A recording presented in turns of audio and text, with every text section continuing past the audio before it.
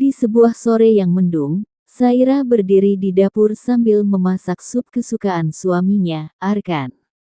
Seharian ia menyiapkan rumah, berharap laki-laki yang ia nikahi 3 tahun lalu itu pulang dengan senyum, atau setidaknya satu kalimat hangat.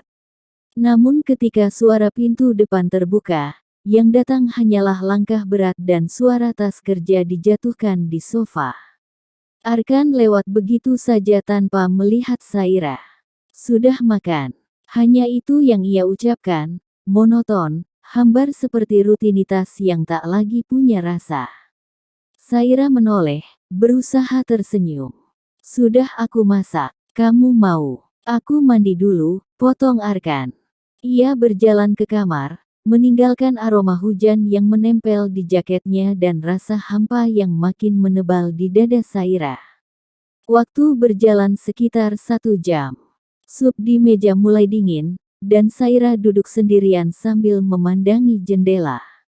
Ia tidak marah, ia hanya merasa semakin tidak terlihat.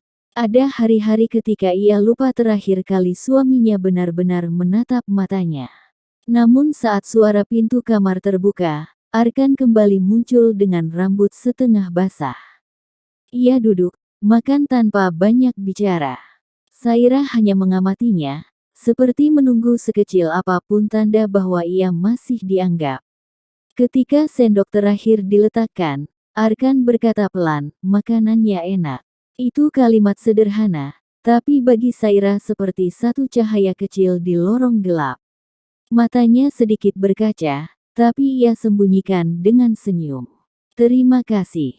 2 jam telah berlalu. Malam semakin sepi. Saira duduk di ruang tamu sambil merapikan foto-foto lama di laptopnya. Muka Arkan waktu pacaran dulu, yang penuh tawa dan candaan, seolah lelaki itu adalah orang berbeda sama sekali dari sosok dingin yang duduk di ujung ruangan sekarang, sibuk dengan ponselnya. Saira tidak tahan. Ia mendekat. "Mas, kita jarang bicara," katanya pelan. Arkan menoleh sekilas. "Aku capek kerja. Kamu tahu itu." "Aku tahu, tapi aku hanya ingin kita saling lihat lagi. Bukan cuma tinggal di rumah yang sama." Kali ini Arkan meletakkan ponselnya. Ada jeda panjang. Wajahnya tetap datar, tapi suaranya lebih pelan dari biasanya. "Aku tidak pandai mengekspresikan apa-apa. Aku takut salah bicara. Aku nggak mau kamu merasa aku nggak sayang." Kata-kata itu mengejutkan Saira.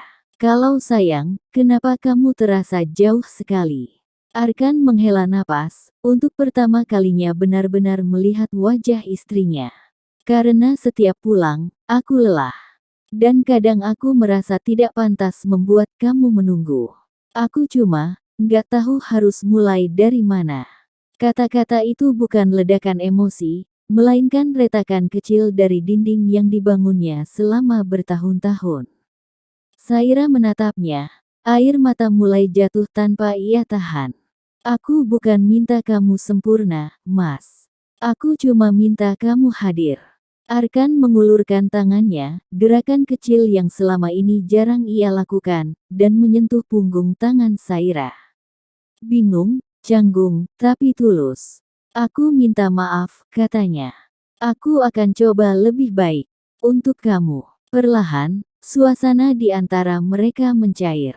Tidak langsung hangat, tidak tiba-tiba manis, tapi ada perubahan kecil yang berarti. Sisa waktu menuju jam ketiga mereka habiskan dengan berbicara hal-hal kecil, tentang pekerjaan, tentang makanan yang ingin dicoba, tentang masa depan yang dulu jarang mereka bahas bersama.